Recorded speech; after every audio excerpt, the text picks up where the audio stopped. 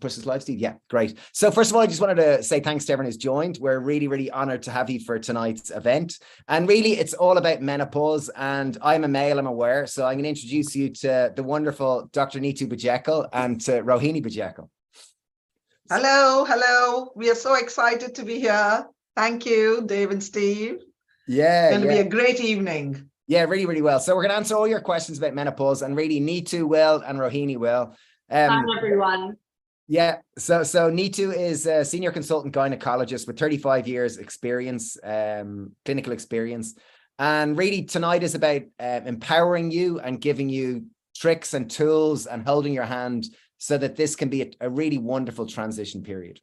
So, okay, so and really part of it's going to be about myth busting. So without further ado, I would love to ask you the first question, which is, there's a question which a lot of people will ask, like, so in terms of myths, people will go, menopause is the gateway to weight gain. Could you tell us about weight gain and menopause and your realities there?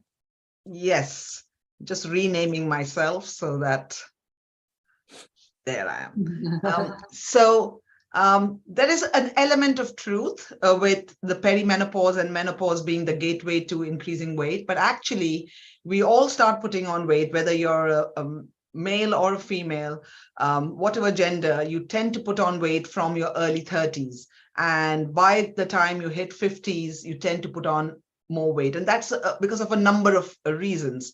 But menopause itself can help make you increase your weight. And so that becomes a particular problem of trying to lose weight at a time when you also are trying to avoid other chronic illnesses. So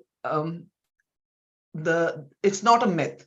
You do tend to put on weight during menopause, and there are ways of ensuring that you don't, or at least you try and maintain a healthy body weight. Great. Like maybe in terms of the lifestyle thing, what have you found in your own experience and in 35 years of helping people through this period? What do you find in terms of lifestyle, in terms of food, and in terms of menopause and weight gain? Because obviously weight gain, like what we put in is hugely important, what we eat. It is. It is. Weight gain is very complex. It's actually, a lot of it is also linked to your genetics and to your environment and to your socioeconomic factors, stress. If you're like an immigrant doctor, like I was many years ago, all those factors we saw in COVID that, it does make a difference where you live, what stresses you have. But diet and lifestyle can play a huge role, a really big role. And ideally it's never too early to bring in these changes. It's never too early. So I just want to start off by just saying what menopause is. Menopause is the last menstrual period. That means that it's the end of the reproductive phase of your life. And so you have 12 months of no periods. And after that, you're labeled postmenopausal. But none of this, you never ever finish with menopause. You go into menopause between the ages of 45 and 55. For the average person, is around the age of 51. The average life expectancy is into your 80s in the UK and in a lot of the Western world. So you're going to live 30 years at least. So you want to live your best years. And so to prevent weight gain, there are strategies that one should try and bring in as early as possible, as much as you can afford. And that is why I recommend that you try and bring in more plant foods into your diet. The reason being, plant foods bring a lot of nutrition as well as they're calorie dense. Am I right, Rohini? Do you want to expand on that a little bit? Yeah, so just generally focusing on more unprocessed foods. So whole foods like fruit, vegetables, beans, nuts and seeds. So a smaller amount of nuts and seeds, obviously, and then whole grains like oats and things, which you're going to learn a lot more about in the course that we've got coming up on Monday. Yeah, brilliant. Yeah. And lifestyle also matters.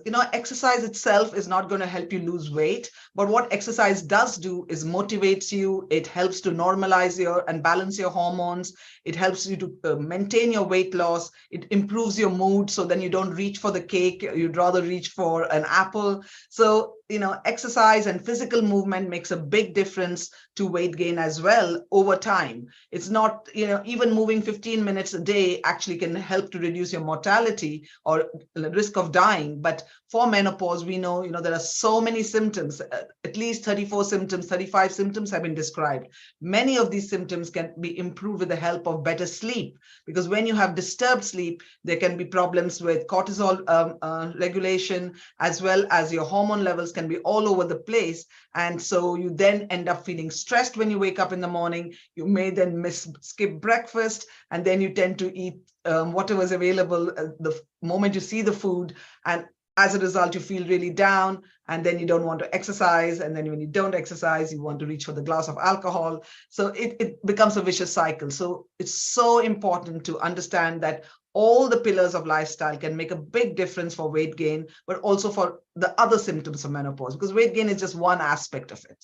So it really is that, your daily habits can either have a compounding negative effect or a compounding positive effect. Yeah. And you've got to make small steps, because everybody is not able to suddenly find an hour to exercise, or to buy very expensive, some of this you may read about, chia seeds and things like that. Not everybody can afford those. There are simple things that we will be talking about during the course as to how you can make it budget friendly, and you will be showing all your delicious recipes so that weight gain can be definitely managed by eating the right foods. But weight gain should not be the goal. Weight loss should not be the goal. It should really be health as a goal, because then you'll find that you'll be able to live much better, live longer with during your menopausal era.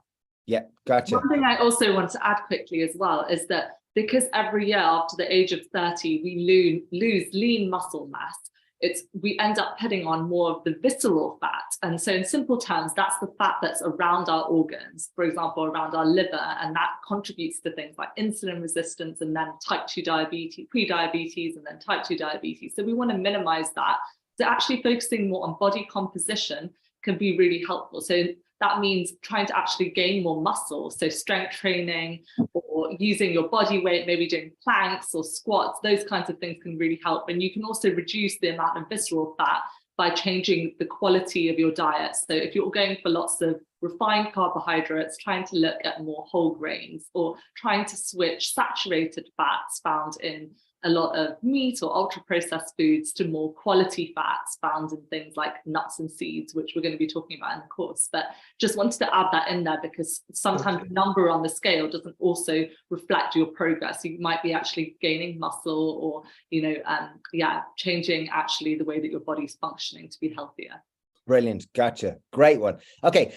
So weight gain, obviously, things people can do is food on a daily basis, focus on more plant-based foods because they're lower in calories and they're naturally higher in fiber. And you talked about phytoestrogens in beans. You talked about beans in particular, Nitu, when we were filming the course, and you talked about the benefit of consistently eating beans on a daily basis and legumes, because they can really help to kind of balance out because naturally during menopause, is it correct that estrogen levels and progesterone levels drop? Correct. Estrogen levels, progesterone levels, and testosterone levels, all these hormones that are very important for various aspects of the functioning of our body, of our brain, of our muscles, of our reproductive organs, they tend to drop. And so it's so important that you start bringing in as early as possible different types of legumes. And legumes can fall into groups of beans. You may have heard of baked beans, not jelly beans, but baked beans, and black-eyed beans and kidney beans, all kinds of beans. Green peas, remember your mother would tell you to eat up your peas. Peas are a legume. They're a very good source of protein and very healthy for people. And all these lentils and dals also contain phytoestrogens or plant estrogens. And so there's a lot of fear about plant estrogens, especially when it's associated with soy or soya. And so we do have a lot of myth busting on soya, because I do want people to take away a big message tonight, is that soya is safe. Soya is safe for all genders, all ages, all stages of life, but is particularly magic. It's a magic bean for menopause and perimenopause. So I do want people to incorporate at least 2 portions, up to 4 portions a day of soya, minimally processed soy. So a handful of tofu, a handful of tempeh, a handful of edamame beans, a cup of soy milk. These are all very healthy additions to a varied diet that looks rich in green leafy vegetables and fruits and grains and potatoes with skin and things like that. So plant estrogens are needed for us to help to reduce our risks of cancer and improve our bone strength and reduce menopausal symptoms. Okay, so food has a huge important role. Another question which I have is about hot flushes and hot flashes, because there really is, I guess that's one of the most common symptoms, and people wonder, is there anything you can do about it? Yes. Hot flashes actually affect 8 out of 10 women going through menopause and perimenopause, but only 2 or 3 women out of 10 actually seek help. And what actually happens is your body suddenly feels as if it's on fire. You may have a feeling of flushing. You may have sweating, anxiety, panic attacks. All kinds of things can mimic hot flushes. And it can last as long as up to 4 years. And in some people, it can last even 10 years. But hot flashes or hot flashes is what is known as in the US. Hot flushes is what we call over here. But they're one and the same thing. And it is an intense discomfort feeling that sometimes you feel. That's why I always advise my patients to layer their clothes, wear different layers so you can peel off the layers as you feel hot, because then you might feel cold because of the center in the brain gets affected by the drop in estrogen. And so that's why when you bring in plant estrogens or phytoestrogens found in beans and pistachio nuts and flax seeds and soya, they really help with menopausal symptoms, especially hot flushes. Dave, there was women ate half a cup of mature soybeans, just half a cup, a big handful every single day. They had an 84% reduction in hot flushes. That is as good as it gets. That's a fantastic result. Over 12 weeks, people found that their hot flushes almost disappeared. So, there is a lot of hope by eating the right sort of foods, because not everybody can take HRT. Not everybody wants to take hormone replacement. Geez, that's incredible. It really is, Okay, so hot flashes, lifestyle. It sounds like the consistent message here is that what people do on a daily basis in terms of their food, in terms of their movement. What about sleep? Because a lot of people will say, okay, my sleep gets hugely affected during menopause. It really puts me out of whack. Yes. And then when I don't sleep well, I make poor food choices. And then I find I need more chocolate bars, and then I need more red wine. And it kind of, that negative cycle happens. What can people do in terms of sleep? Because obviously night sweats happens during sleep. And I just wondered, that's a really important one. I'll let Rohini lead on this, but I'll just mention 2 things about sleep. Sleep can be very disturbed during menopause and perimenopause because of night sweats, hot flashes, restless leg syndrome, needing to get up to go to the toilet to pass urine. You may have a slow gut. You may have a need to empty your bowel more frequently. All these reasons can disturb your sleep, as well as stress. You may be at a difficult time of your life where you may be going through a difficult relationship, or your children are leaving home, or you're caring for older parents. So stress itself, along with menopausal symptoms, can really disturb sleep. So Rohini probably will be able to help by explaining some of the tips that we always recommend to our patients, what to do to improve sleep. Absolutely. So with sleep, it really is a case of, there's no one size fits all. You've got to experiment and develop a good evening or bedtime routine that works for you. And what's important to remember, that actually good quality sleep starts in the morning. A lot of people don't realize that it starts from the moment you wake up, because what you want to do is actually expose your eyes to natural light. And that helps set your circadian rhythms for the day, which is like your body's internal clock. So a really simple tip, if you're struggling to fall asleep, is actually to get outside first thing in the morning, within an hour of waking up, even for a 10-minute walk, put on a podcast to get out, go for a quick stroll. If you've got a dog, that's great, or maybe meet a friend, and that is a huge game changer. And importantly, don't wear sunglasses for those 10 minutes. So obviously don't look straight at the sun if it's a bright and sunny day, which it is hardly ever right now in the UK, but you want to expose your eyes to light for about 20 minutes. That actually helps with sleep onset and duration. Now, in the evening, you want to start preparing for a good night's sleep a few hours ahead of time by actually limiting your exposure to blue light, so keeping your device in another room so you're not scrolling social media or checking emails, and be careful of the content you consume. If you do feel that, okay, the television is relaxing, perhaps stay away from the true crime documentaries and think about just soothing your nervous system. Try things like yoga or stretching, maybe a short breath work or mindfulness meditation. It can be simply as simple as just focusing on your breath and sitting in a quiet room. You don't need a fancy gadget or anything like that, or listening to some calming music.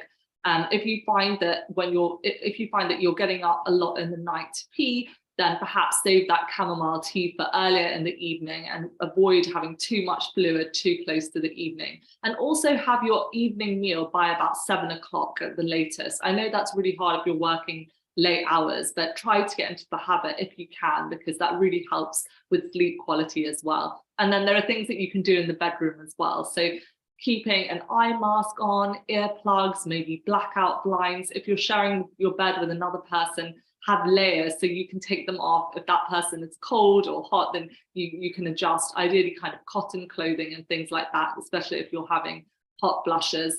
And all of this can help. And obviously your diet can make a huge difference. When we're sleep deprived, our levels of ghrelin, which is, if you imagine ghrelin like the hunger hormone, and leptin, which is the satiety hormone that's going to keep you full, get out of balance, which is why, exactly as my mother said, you end up reaching for that biscuit tin when you've had a poor night's sleep.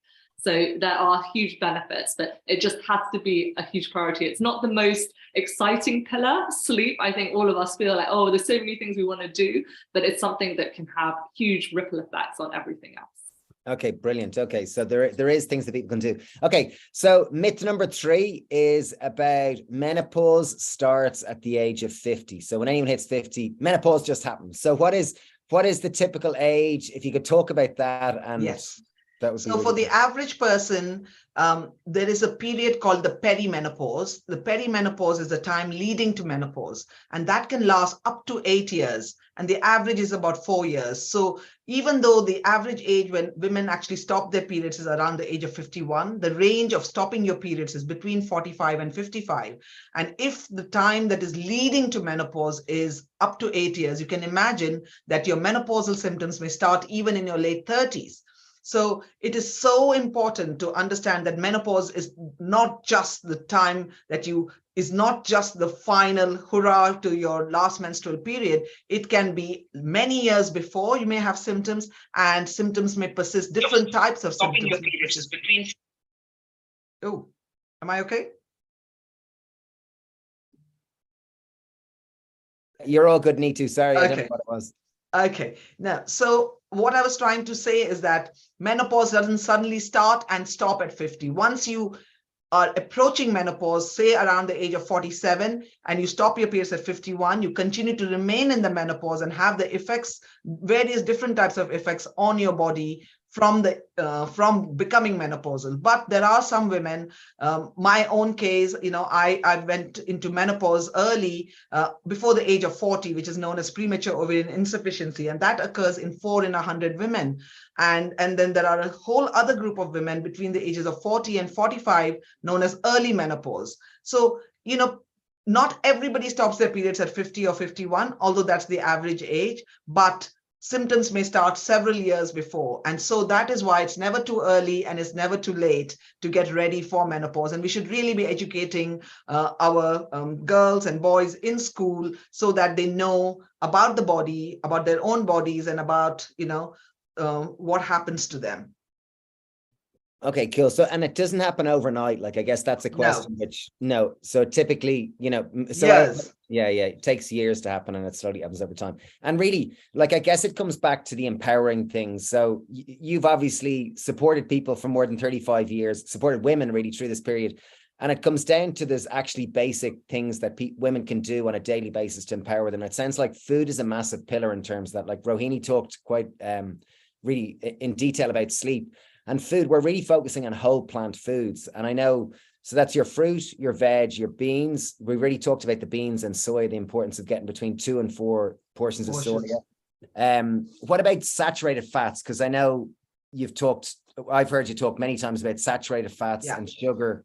And that would be really beneficial to hear about them. So there have been studies to have shown that those who consume more plant foods tend to have fewer menopausal symptoms, while those who tend to have higher quantities of saturated fats, trans fats, butter, ghee, as well as sweets and ultra processed foods tend to have much worse menopausal symptoms. Saturated fat, which is found almost exclusively in animal foods, in eggs and meat and things like that, can actually make menopausal symptoms really much more intense for women. And they find that when they cut out these foods from their diet, they actually can benefit hugely. But my advice to anybody listening is never cut out a food don't think so much about cutting out foods. Think about what you're going to bring in. So always try to bring in the beans. And people say, there's a lot of issues I can have with beans. And Rohini might just talk a little bit about how, we want people to eat 2 or 3 portions of beans and lentils and soya and things every day. But people might say, I actually feel very bloated. I feel very gassy. My bowel has really slowed down in perimenopause and menopause, which is a real issue. So, and they may not be used to eating those foods. So what are the things that, Rohini, what can people do to help themselves when they want to eat beans? So just some quick things. One is to really transition over time. So gradually ease up the amount of fiber that you're including. So start small, start with lentils first, and then work your way up to the bigger beans, and make sure that you're cooking them really well. If you're cooking them from scratch, they have to be cooked really quite soft. And if you're eating canned beans, they're already cooked, but make sure you give a good rinse of the aquafaba or the water that comes with that, because they contain these indigestible carbohydrates that can lead to extra bloating. But remember that if you are bloating a lot from having beans, it's usually a sign that your gut isn't in the best shape. So it can be fixed. It's a dynamic situation. So don't be thinking, oh, I can never eat beans again. You can. And one of the best things is to actually include loads of herbs and spices in your food, which Dave and Steve talk about throughout the menopause course that we've got. So that's really important. So adding in things like fresh herbs, things like fennel, or there's a great spice in India called asafoetida. Things like ginger is a great digestive aid. So just being really conscious to bring in those kinds of things can make a huge difference. But just remember, it takes time. So persevere and start with those small lentils. Sprouting and soaking can also make a big difference as well. Brilliant. Okay, so one question from Deirdre Walsh. Any advice on those forced into instant menopause due to surgery? Any advice on that? There was two people asked that one. Yes. So surgical menopause and medical menopause can affect quite a number of women, and often much earlier than even the age of 45. So the early menopause, 12 in 100 women go through that. And so preparing your body right in the beginning from the start is really important. So all those lifestyle measures that we're talking about, the earlier you can bring these in, the better it will be. But despite that, you may need chemotherapy or radiotherapy, or you might have to have surgery under a surgeon like myself, where your ovaries have to be removed because of severe endometriosis. That can leave you instantly menopausal, and that can be an absolutely devastating situation with crippling hot flushes and all the symptoms that just come on firing from all sides. It's really can be very hard. And so, yes, definitely diet and lifestyle can play a big role. But in this situation, if you are eligible, not everybody may not be eligible, you would have to think about the hormone therapy, and otherwise there are other medications that we can also offer. So it's a combination. There's no medication shaming, but you have to remember that diet and lifestyle can play a big role in the lead up to that sort of situation, but even afterwards. But you may need either initial support with medication, which is suitable for you, and that has to be on an individual basis. So I hope Deirdre's question has been answered. Brilliant. It could be hormone therapy, it could be other types of medications for flushes and things. Okay, brilliant. And we'll talk about HRT in a little bit. There was a question a lady asked, it was way up the list there, so I've forgotten her name, but she said about food. So we talked about the importance of whole foods and really, focusing on adding more whole foods rather than dropping other ones, really encouraging on that. And there was a lady said, it was Kit Kat apple. And she said, okay, that's brilliant. I get all that, the whole foods. She was like, but what about coconut milk? You can't take coconut milk away from me, because saturated. Nobody's taking anything away. Yeah. No, the important message I want everybody to understand is nobody's asking you to give up anything if you don't want to. Okay, we're just saying that if you want to choose, there are certain foods that you want to choose over others. So, if you want to make a creamy sauce, then what I would suggest is perhaps making a cashew-based sauce or a soft tofu, silken tofu sauce. That will work just as well with maybe just a quarter of a cup of coconut milk instead of a whole can of coconut milk. But coconut milk on its own, on an occasional curry, is absolutely fine.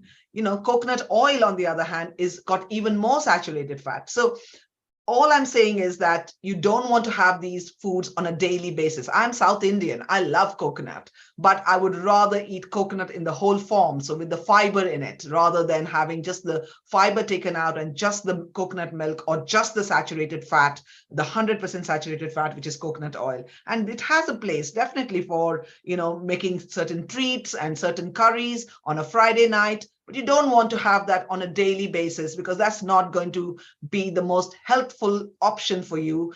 When you want to have the same taste, you can do it with cashew nuts and you can do it with the silken tofu. Rohini, anything you want to add there?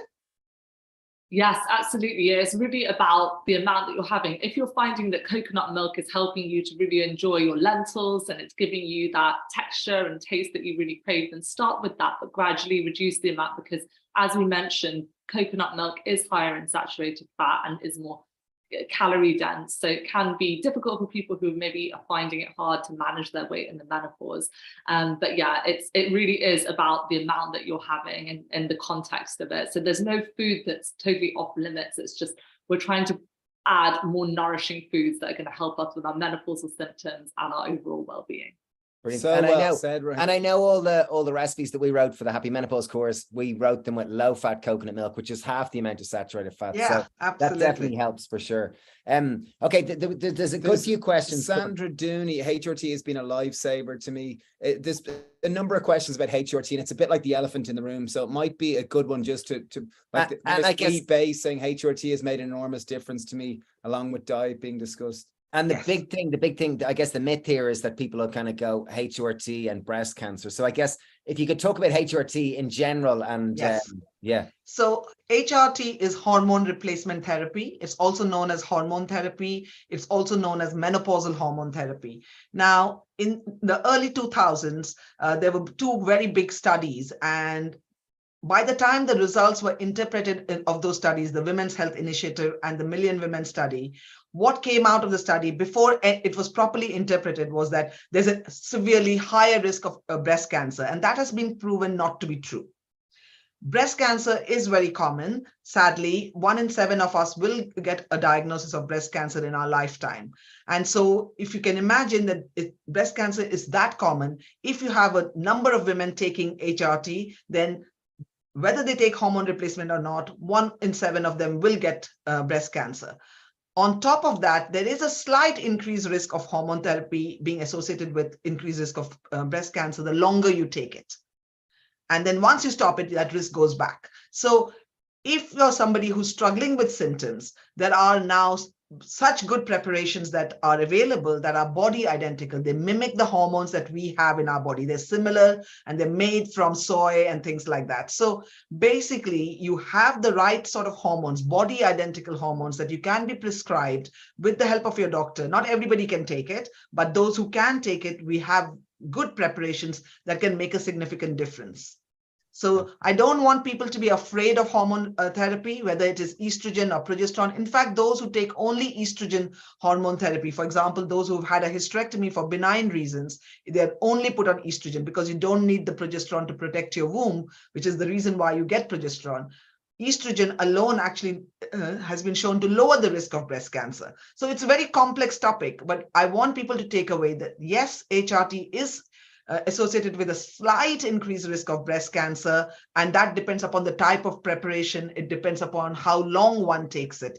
And because there's already a very high background risk of us getting breast cancer, 1 in 7. So we know that, smoking, alcohol, carrying excess weight and living in a larger body, all these can increase our risk of breast cancer. Genetics also can make a increased risk of breast cancer. And HRT can play a small role, but not enough for us to say we shouldn't be taking it if one needs it and if one wishes to have it, because there are many advantages of taking hormone therapy and can benefit and completely change people's lives if they need to. But as I said, a lot of women cannot take it. Many women don't want to take it. And so whether you take HRT or not, lifestyle and diet has to be the constant, because it's going to be your friend from birth to death. Okay, brilliant. Good one. And you're someone that really practices lifestyle, which I think is such an inspiration. And really, in terms of the lifestyle one, like we teamed up with Nitu and Rohini and Rajiv, and we created a course which we called Happy Menopause course, which I'll tell you more about at the end. And Nitu goes a lot more into HRT and the lifestyle aspects of it, and really goes into a lot more detail on it. So I'll talk more about that. That's a course which we're launching. And I'm very excited about that, because I do want people to actually subscribe to the course. The reason, not because I'm, teaching in it, but I do feel all the information that I've been giving my patients for the last 30 years, I want to share it. I want to share the information that has helped me, has helped my patients. So I'm hoping that this webinar is going to really empower women and hopefully partners who are also listening. Brilliant.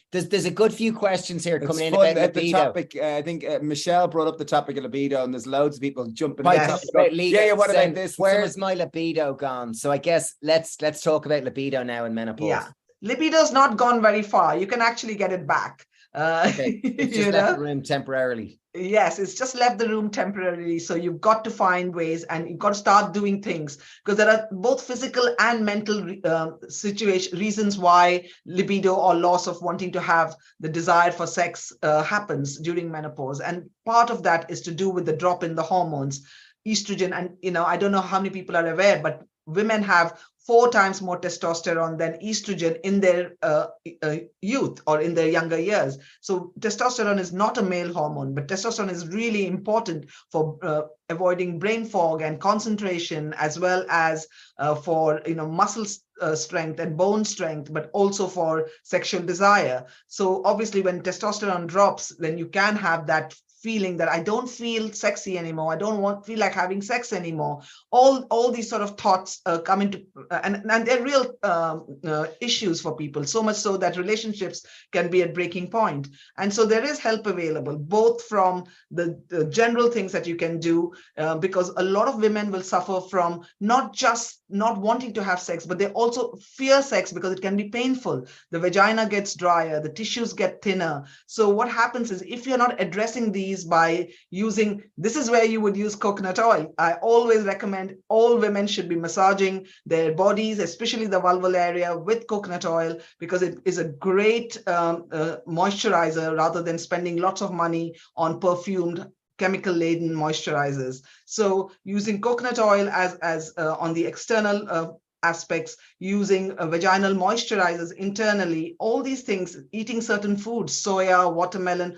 all these have been known to improve vaginal lubrication. So, when you're not fearing sex, using vaginal dilators, these can all help you not to be afraid of having sex because it's painful. And then you also have to find other little ways of improving your lifestyle so that you are in a better place, because there's absolutely no reason why women cannot continue to orgasm or enjoy sex later on. But it can be harder. So for some women, they do need hormone therapy. They may need to have testosterone added to it. But definitely, whether you are on HRT or not, you can find a way of getting your libido back. And we will be talking about those in our live sessions, because this is something that I talk a lot to my patients about.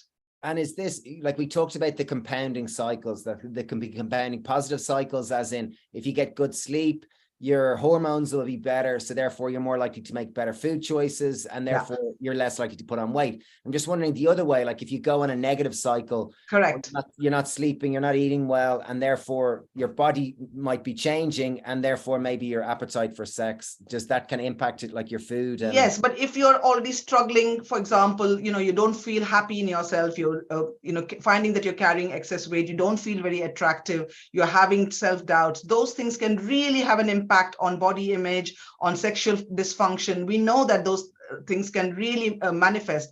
Plus, if you're having stress in your life, in a stressful job, you're having hot flushes and symptoms, and you're having difficulty at the workplace, and we know that women are really not supported in the workplace. So all these things can impact, caring for elderly parents, all these can really drive the time to enjoy a close relationship. But actually, this is a time when your children may have grown up and gone away, and you actually have more time with your partner to be close and to have a cuddle and actually start enjoying sex again.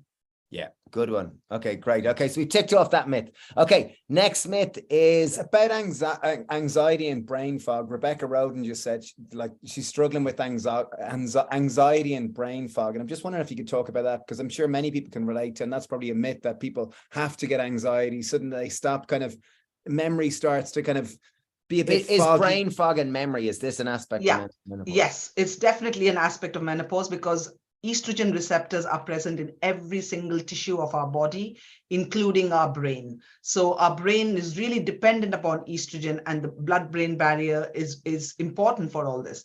So when your estrogen levels drop, certainly many women can find that they're forgetting things. They feel that they're having early onset dementia. They may have all these panic attacks, because it's really frightening, because you think this is the end of life, but actually this is just the beginning of your life. And so it's important to know that when you're having these symptoms, seeking help, talking about it can make a significant difference, but also making certain changes in your own life. And I think Rohini might be able to tell us a little bit about how to deal with anxiety and panic attacks, and also learning how to improve your brain function, because everything needs to be kept.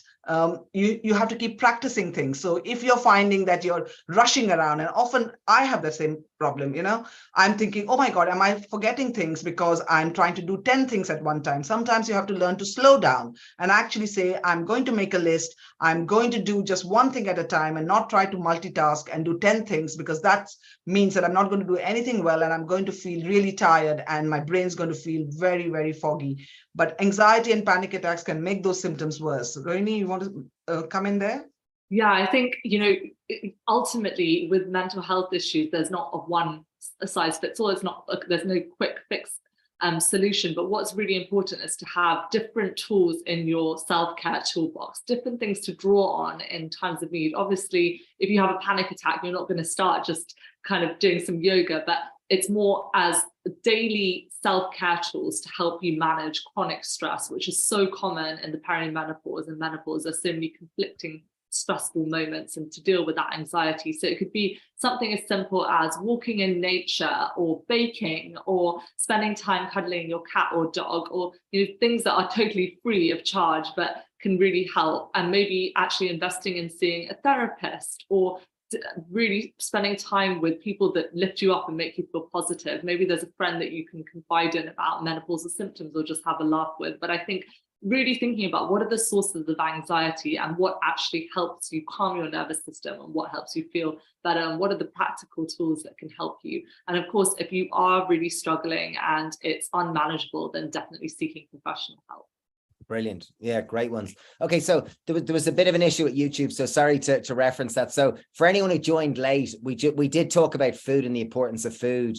And Nitu and Rohini were talking about the importance of focusing on more whole plant foods, and particularly beans and legumes and soya. And you will be able to rewatch that, so don't worry, everyone will be able to watch it afterwards. Just one final little thing about HRT. Someone was wondering, do your hormones suddenly balance and you don't have to take HRT, or is it something that you continuously, once you start, you're taking for the remainder of your menopausal periods until So it depends on why. So it depends on why you're taking hormone therapy. If you're taking it because you want to have that bridge over your initial symptoms of hot flushes, night sweats, feeling restless leg syndrome, or ringing in your ears that are because of menopausal symptoms, or anxiety and panic attacks, then you may want to take it for 2 years or 5 years, for a shorter period of time. Others may want to take it because they feel that they will get their protection for their bones, osteoporosis, which actually diet and lifestyle can make a huge difference as well. So it really depends upon why you're wanting hormone therapy. And then based on that, you may take it for a shorter period of time, you may take it for a medium length of time, you may take it for a very long time. And that is a very individual discussion, a very individual decision, depending upon your medical history, depending upon your wishes, depending upon the preparations that you want to take. But it's not that, as Rohini said, it's not one size fits all. So there is no upper limit. If a woman understands the risks associated with, however small they may be unacceptable to some, and it may be acceptable to others. It all depends upon how bad your clinical symptoms are, your family history, and what your wishes are. But Brilliant. Diet and lifestyle, again and again, I have to say, you want to try and bring in those aspects into your life, small little steps. Whatever age you're listening right now, it's never too late, it's never too early. So bringing those little things will help you in your early ages, in your early childhood, in your teenage years, in your adult life, and then later on going. It will stand you in good stead. Good sleep, managing stress, avoiding alcohol as far as possible, not smoking. These are all having a good community. You said something there that I'm sure a lot of people might have heard and said, alcohol? What is the link between alcohol and menopause? Because So alcohol can worsen almost all menopausal symptoms, but especially hot flushes. So it can make your sleep, it can disturb your sleep, it can make your anxiety worse, it can make your stress levels worse. So while you might think a glass of wine or a couple of glasses of wine might actually calm you down, it's not really the truth at all. And also, there's a serious aspect to alcohol, that increasing even tiny amounts of alcohol into your diet, introducing it into your diet, increases our risk of breast cancer. And that is particularly true for women in the menopause. So alcohol, you want to try and think of alcohol-free days, you want to think of non-alcoholic wines, you want to think of sparkling water, you want to think of other ways of relaxing yourself and keeping alcohol as a treat, or when you're with some friends for a special occasion, rather than thinking it's a health food. It's not, and then you work where you are and then slowly cut down, rather than, thinking it's all right. Somebody's told me that, red wine is good for my heart, so I should carry on drinking it. Sadly, that is not the truth. And so, again, I don't want to come across as somebody who's a complete killjoy, but what I want to say is that you've got to think about your symptoms and how you feel better. And that's why doing a little experiment on yourself would be one of the best ways of finding out how you feel. And most people will feel amazing once they actually give themselves a break from alcohol. This is what I find with my patients, at least. Okay, yeah, there's even a couple of comments there. Giving up alcohol 2 years ago really helped with my menopause symptoms. Yeah. And I know we've certainly found it. We've had an alcohol-free challenge, which will run again in January. And I'm amazed at how people rally around in their lives. We talk about it, you'll find your more authentic self when you give up alcohol, because alcohol can often stand in the way between you getting up and going to the gym the next day, or you actually writing that page in that book that you're writing, or whatever it might be. Anyway, but that's a total side effect or side thing. Okay, another thing which I really want to talk about here is bone density. And obviously we've got Dr. Rajiv on the course, who's an orthopedic surgeon, and he talks about the importance of bone density. And this is on the Happy Menopause course, which we've created with Nitu and Rohini and Rajiv, who's the orthopedic surgeon. But if you want to talk, Nitu, it'd be great to hear your thoughts on bone density, because obviously this is a worry, and weakening bones is a common Yeah, Rohini already talked about that initially, and said that, from the age of 30, we start losing bone mass. We often will then start losing muscle mass. And actually 1 out of 3 women will die from a hip fracture. It's really quite, I don't know the exact statistics, what Rajiv will explain that in the course, but I think half the women who do have a hip fracture may not necessarily live out their next 18 months. And so it's a real issue. And osteoporosis, which is thinning of your bones and making your bones quite very weak, starts very early on in your 30s. So you really want to do things that actually strengthen your bones. And so you want to avoid, you want to make sure that you do little things like any minor stresses. So jumping up and down, skipping, these are all strength training. These really help to build bones, but also eating foods like soya. There was a lovely study from Hull that Professor Satyapalan did that showed that having 2 portions of soy really helps to strengthen one's bones and reduce the risk of osteoporosis. And I think Rohini will mention a little bit about alcohol, about calcium thieves, because calcium is important, but it's not the only mineral that is important in bones. So you want to be having, green leafy vegetables and other things, but there are certain thieves that you want to try and steer clear if you want to have strong bones, because strong bones, strong muscles are 2 very key important things to maintain balance, reduce the thinning of bones and prevent fractures, and actually allow you to, live into your late 90s and 100s, like the blue zones, where they live into 100, 110, still gardening, still walking around, still doing things because they're looking after their bones unconsciously by doing all these things that we mentioned. Yeah, in the blue zones. In the blue zone, certainly 95% of what they eat is whole plant foods. Yes, and 50% they say is actual beans. So yeah, back to reinforcing the bean message, the importance of eating beans. And it's not just baked beans, it's soy, as you're saying, and all sorts of other beans and legumes. Rohini is just going to mention the calcium thieves, because I think that's important for bone loss. Calcium thieves you want to avoid, so having a lot of excess salt. Remember that in the UK, over 70% of the salt that we eat comes from ultra processed food, from things like ready meals or crisps or takeaways. Even sweet food like shop bought biscuits have added salt in them. So that's a simple tip that you can use. And then avoiding excess alcohol, which we've already talked about, and then ultra processed foods, which can actually inhibit calcium uptake. So you really want to be focusing more on whole plant sources of calcium. So they're found in things like dark leafy greens, white beans, whole grains, nuts and seeds. Oranges are a great source. There's so many different sources which we talk about in the course, obviously, but I think those are really good foods to focus on. And when it comes to calcium as well, remember with bone health, we often think calcium equals dairy, which equals bone health. As I mentioned, there's all these other amazing sources. Of course, calcium is important. And definitely you want to be having things like fortified soy milk and calcium set tofu. I'm sure Dave and Steve have got some great tofu recipes in there in the menopause course for you to look forward to. But that's just one nutrient. There's also so many other micronutrients that play a really important role, like manganese and potassium, which are found in abundance in whole plant foods.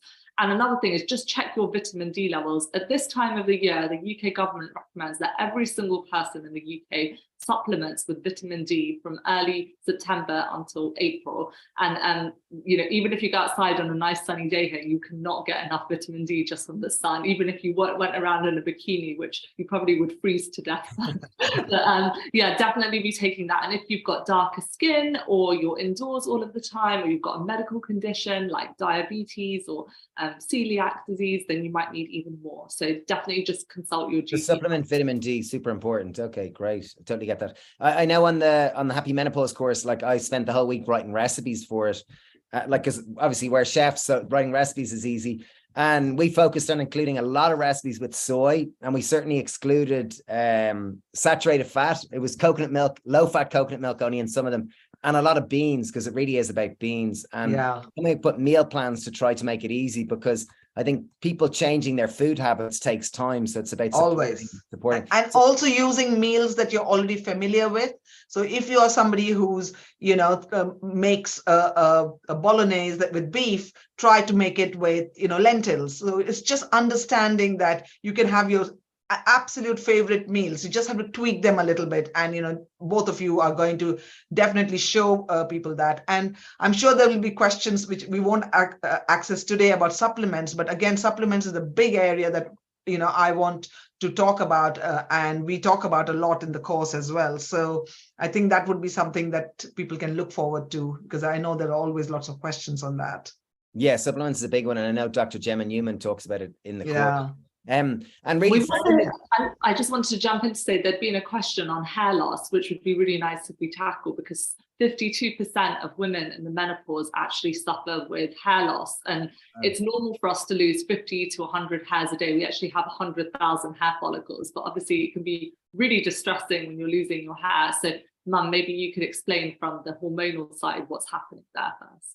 About the hair loss, yes. So what happens is, again, in menopause, what people tend to notice is there's a female pattern of hair loss. So you tend to lose hair from rather than the frontal balding, you can lose it from the top of your head. And the number of hairs also become much lesser because, again, hormones are so important. Remember, I said estrogen receptors are there every single part of your body. And so hair loss can be an issue, but it can also be compounded with nutrient deficiencies because people are often on a standard Western diet. So over the years, they have got depleted in many of the nutrients. And yes, sometimes taking a supplement can help, but what you really want to focus is getting the nutrients in the whole plant food form so that it can actually work in synchrony with all the other nutrients that are there in a bowl of rice with a dal, or a tofu stir fry, or a big soup. So I just want people to know that there can be a lot of nutrient deficiencies in menopause that can contribute to hair loss, but you do want to focus on ensuring that you're getting the right nutrients in to try and reduce that. But of course, genetics and then menopause does play a role. Sometimes hormone therapy can help to slow that down as well. Yeah. And even I guess we're learning tonight that there's a lot of things that women can do on a lifestyle basis in terms of whatnot. And I mentioned before, we partnered with Nitu, Rohini, Rajiv, and Dr. Gemma Newman, and we've created a course called the Happy Menopause course. It's a 4-week course, and it's based on, like, we've skimmed across the top of a lot of the topics tonight, but the whole idea is to hold your hand and support you in making these positive changes, because you could listen to the theory day in, day out, but unless you can, changing behavior is hard. Yes. So it's about supporting, and we've created this course where you'll get access to it for a year. And it's about holding your hand on a daily basis and encouraging you to eat the foods. Like we do, Nitu will be doing live Q&As, as will Rohini. We're doing cooking demos on it. It's a full 4-week course with tons of content. We're offering it tonight for people. They're getting it for €110 instead of €150. I'll put a link in. Steve will put a link to it. When does it launch?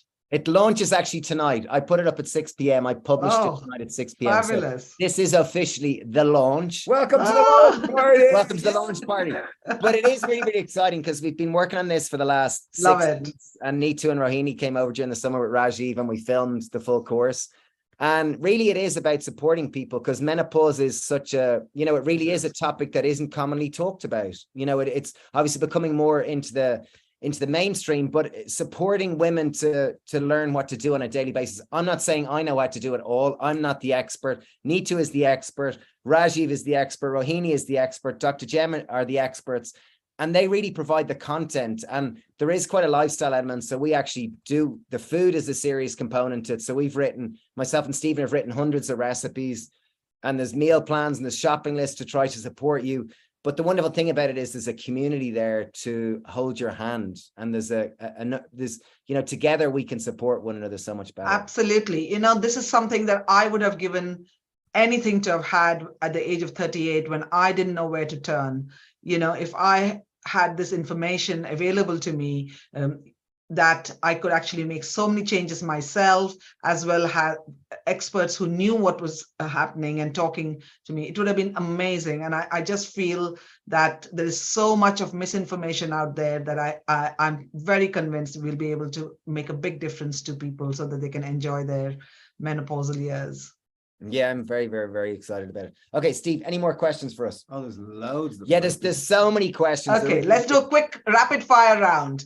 Okay, rapid fire, man. Okay, how do I know if I've started menopause? Is there a blood test? That was Susan. No. She asked that 20 minutes ago. Sorry, Susan. Yeah, so we ideally don't recommend blood tests for diagnosing menopause unless you're under the age of 45. But in some circumstances, we will do blood tests to check if the levels of your hormones are, skewed because of some other reason. But under the age of 45, we check them. And over the age of 45, we usually avoid them. They're not very helpful. There are no tests really for perimenopause as well. Okay, Krillin Moore says, would love to know if it would be difficult to then phase out HRT once your body has got used to it. if your body, a bit like a drug, if your body's used to it. No, it doesn't work like that, because that is where you bring in the lifestyle changes. So when you feel that the stresses in your life are less and your children have grown up and gone away and everything else is more settled in your life, you might want to come off HRT, or you may want to stay on it. It doesn't mean that you can't come. I have loads of patients, hundreds of patients who have come off it successfully. I have hundreds of patients who have stayed on it for a very long time. So I wouldn't worry about that particular anxiety that the person who's asked. That your body doesn't get used to it as such. You can come off it if you need to. Brilliant. Rohini, quick question from Barbara. How much vitamin D daily? So the government recommendation is 10 micrograms. But as I mentioned, some people might need more. So if you think that applies to you, like you've got darker skin or you're housebound, then definitely seek individual advice from your GP. Okay, great. Okay, question for you, Nitu. Teresa McDonough, I'm an insulin-dependent diabetic for over 30 years, 54 years old, and still have regular cycles. Is menopause going to affect my diabetes, and should I do something about it? I have no symptoms as of yet. Yes, Rohini will take this. This is her area of specialism. Yes, so menopause poses a huge challenge for diabetes management. A lot of women find that they actually become pre-diabetic, and that creeps up on them during the perimenopause phase. Blood sugar fluctuations are really common due to the changing hormone levels, especially getting sleep disturbances, which worsen blood sugar control. And as we mentioned, all the other stresses that can affect blood sugar control, even in people who don't have it. So if you've got diabetes, which is obviously a very complex condition to manage, this is where your lifestyle comes in even more. It's even more important to pay extra attention to those pillars to prevent future complications with this difficult condition, and also work really closely with your healthcare professional so you get the individualized advice, and let them know about the symptoms that you're experiencing. But lifestyle is absolutely key in the situation. But yes, menopause does worsen glucose control in everyone, even if they're not diabetic, but can pose additional challenges if you are. Brilliant. Here's a good one there from Claire Drummy. Any foods for mood swings, or any recommendations for mood swings? Yeah. So again, the same foods, but fruits, especially fruits, come wrapped in fiber. Fruits are very colorful, and the reason they're very colorful, they're very joyous to eat. So indulge in lots of fruits, lots of green leafy vegetables. They open up the blood vessels, and so improve your blood supply to your brain, but also nuts and seeds. So lots of different things, basically parts of the whole plant foods can really improve this. And of course, are especially beneficial because oats help produce, are rich in tryptophan, which is a precursor to serotonin, which you may know as the happy hormone. So you want to be getting a bowl of porridge in the morning. I'm sure there's going to be some great oat-based recipes in the course as well to look forward to. Yeah, great. There's a question here. The Happy Menopause course, is it 4 weeks, and when does it start? Stephen Flynn, do you want to answer that? Oh, when does it start? It starts today. Today is the launch party. Welcome. Yeah, it really is. So it's a 4-week course. It's done on our app or on our web desktop, or you can desktop as well. And it really is. It's content from Nitu, from Rohini, from Raji, from Dr. Gemma. We've done tons of recipes, meal plans. But the great thing about it is it's there to support you. And tonight we're really offering it for €110. It'd normally be 150. Normally be 150. And you can access it throughout the year, but. Yeah, access throughout the year. And really the big difference about this is there's constant lives. Like this morning, there was a yoga class. Tomorrow morning, I'm doing a stretching class at 7 a.m. On Saturday, there's another yoga class. On Sunday, we're doing a support and accountability session. I think next week, Rohini's doing a live. I'm doing on Monday, I'm doing a live Q&A. Okay, there we go. On the various symptoms, and then on 1st of December again, and then Rohini is doing a couple, I think. So yeah. Yeah, so it really is about supporting you, because this isn't just a one-stop thing. This is an ongoing basis, and forming the habits. Like we've talked quite a bit. Well, Nitu and Rohini have talked quite a bit about the importance of food and eating whole foods and fruit and veg.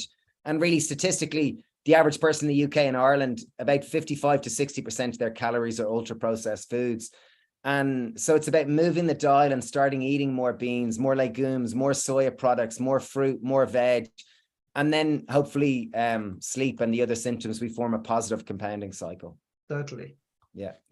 So any final closing thoughts, Nitu or Rohini? I would just say I'm super, super excited This is a course that I would have wanted when I was struggling, and I really think that people are going to benefit so much from your hard work, but also that, menopause, we should embrace menopause in a way. Once you empower yourself with the knowledge, I hope that you won't dread it, you'll actually embrace it. That's my wish for everybody who's listening. I don't know if Rohini again has any. Yeah, I just want to say you're not alone. I think when you have these difficult symptoms, it can feel like you're all alone. You're the only one who's losing your hair, or you're sweating in the middle of the night, or you're suffering alone. But that's why a community is so important, to realize there are millions of women going through this. And when we all come together, it makes it so much easier to deal with those situations. And I think if there are younger women who are not going through menopause yet, remember, perimenopause can start as young as in your mid-30s. And obviously for some women who get early menopause, it can be even earlier. So you're never too young to actually learn about menopause and prepare yourself for the important chapter. Brilliant. And yeah, so the Happy Menopause course, we're doing it tonight for €110. That's a special. It's exclusive to you guys. There'll be an email, should have gone out to you now with a link to it. And really, I just wanted to say how delighted and honored I am to be spending time with Nitu and Rohini, who really are incredible. Your message is so important, and I think you're such inspiring women. Yeah, really are. So true. So, and really just wanted to say thanks to everyone who's shown up tonight. We really hope you got value from it.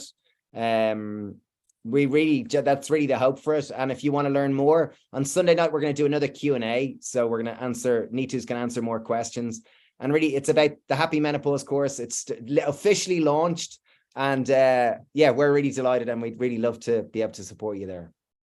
Absolutely. We'll be answering all kinds of questions. And while it's not individual medical advice, there's a lot of information that I will be sharing. Brilliant. Well, thank you, Nitu. Thank you, Rohini. Thank you. Big shout out to Namaste. Thanks, Nitu.